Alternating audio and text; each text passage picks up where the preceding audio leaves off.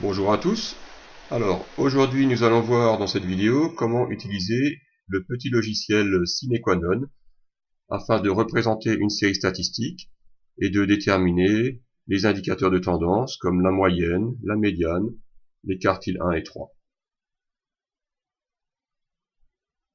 On va s'appuyer sur l'exemple du nombre de téléviseurs par famille. Dans la barre d'outils de SineQuanon, ici vous avez définir une série statistique simple. On clique dessus, on peut choisir variable non numérique, variable isolée, valeur regroupée en classes, etc. Donc, notre premier exemple s'appuie sur un diagramme en bâton avec des valeurs isolées, caractères quantitatifs discrets.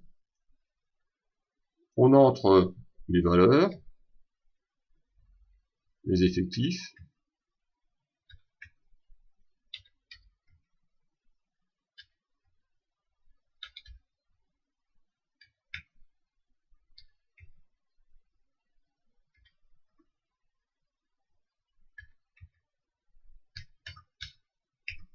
voilà. Une fois qu'on a rentré toutes les valeurs dans le tableau, ici vous avez la moyenne, l'écart type ça ne nous intéresse pas, l'effectif total, le minimum, le maximum, donc l'étendue est 5, le premier décile ça veut dire 10%, le quartile c'est les 25%, la médiane les 50%, troisième quartile, et le neuvième décile correspond aux 90%.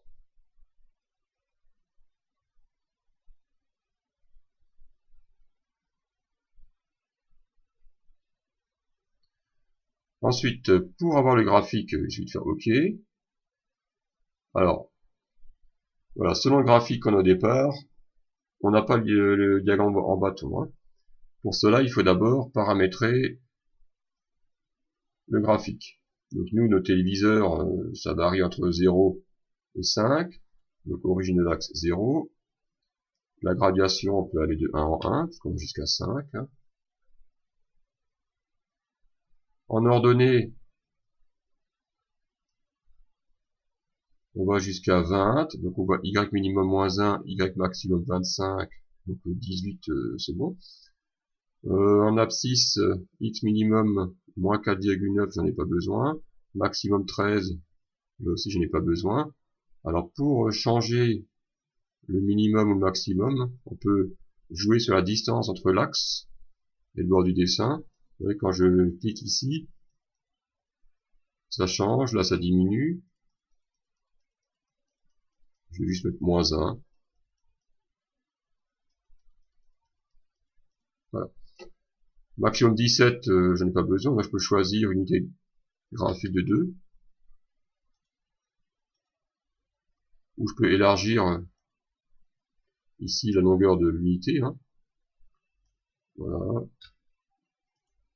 8,5 ça suffit.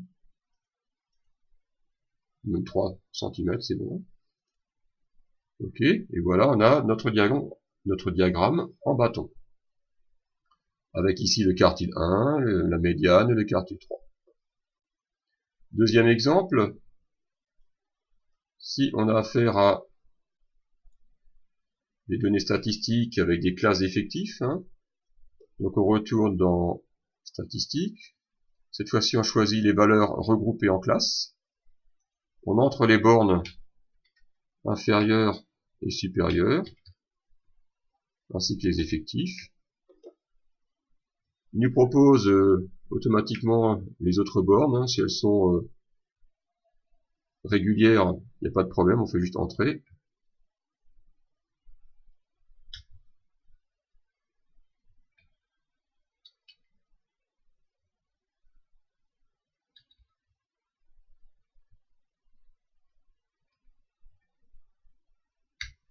Voilà.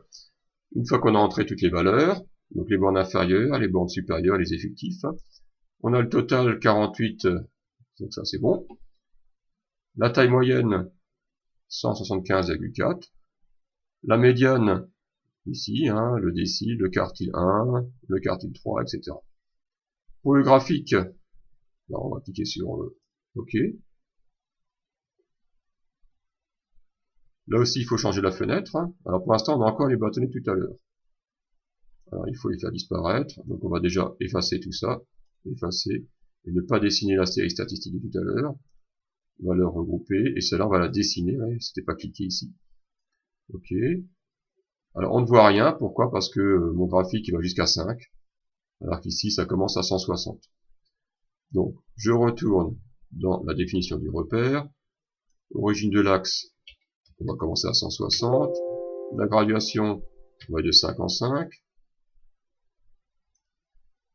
L'unité de longueur, alors on va un petit peu descendre parce que sinon j'aurais pas tout, voilà, 1 cm. Hein. Donc là j'ai jusqu'à 177. Ça me plaît pas tellement. On peut peut-être... non, on pourra pas. Donc on va changer l'unité... voilà, on va mettre 0,5 comme longueur de l'unité. Comme ça je peux aller jusqu'à 190. En ordonnée, je vais jusqu'à 12. Bon, je peux laisser ça comme ça. Voilà. Alors là on voit que il est un peu écrasé. Alors on va changer tout ça.